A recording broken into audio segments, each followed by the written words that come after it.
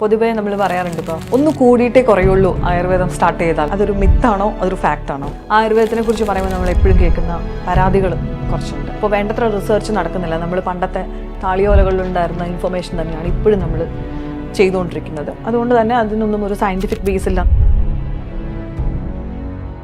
ചില പേഷ്യൻസിന് നിർബന്ധമാണ് രാവിലെ എഴുന്നേറ്റ് വയറ്റിൽ നിന്ന് പോകണം. ശരിക്കും 2 ദിവസം കൂടുമ്പോൾ പോയാലൊക്കെ മതി. ഇതൊരു 25 മീറ്റർ ഉണ്ട് ഈ സാധനം. അപ്പോൾ എല്ലാ ദിവസവും വയറ്റിൽ നിന്ന് പോകണമെന്ന് എവിടെയും ലിഖിതമായിട്ടുള്ള ഒരു സംഗതിയൊന്നുമില്ല. നിങ്ങൾക്ക് എന്താണ് അസുഖമുള്ളത്, ആ അസുഖത്തിനെ കൂട്ടുന്ന പദാർത്ഥങ്ങൾ കഴിക്കാതിരിക്കുകയും ആ അസുഖങ്ങളെ കുറയ്ക്കുന്ന പദാർത്ഥങ്ങൾ കഴിക്കുകയും ചെയ്യുന്നതാണ് പഥ്യം. നിങ്ങളുടെ അസുഖത്തിനാണ് പഥ്യം, ഒരിക്കലും മരുന്നിനല്ല. ദിനചര്യയിൽ ഏറ്റവും ആദ്യം പറയുന്ന കാര്യം ബ്രാഹ്മേ മുഹൂർത്തേ ഉത്തിഷ്ഠേ, രാവിലെ 3:30 സമയം എഴുന്നേക്കണം. അടിപൊളി. എഴുന്നേക്കണം എന്നാണ് പറയുന്നത്. ഈ ബ്രാഹ്മേ മുഹൂർത്തേ ഉത്തിഷ്ഠം എന്തിനാ? പോയി തിരിച്ച് വീണ്ടും വന്ന് കിടക്കും. ഇങ്ങനെ വർഷങ്ങളുടെ ഒരു ഇതുകൊണ്ട് കാണാണ്ട് പിടിച്ചൊരു സാധനമുണ്ട്.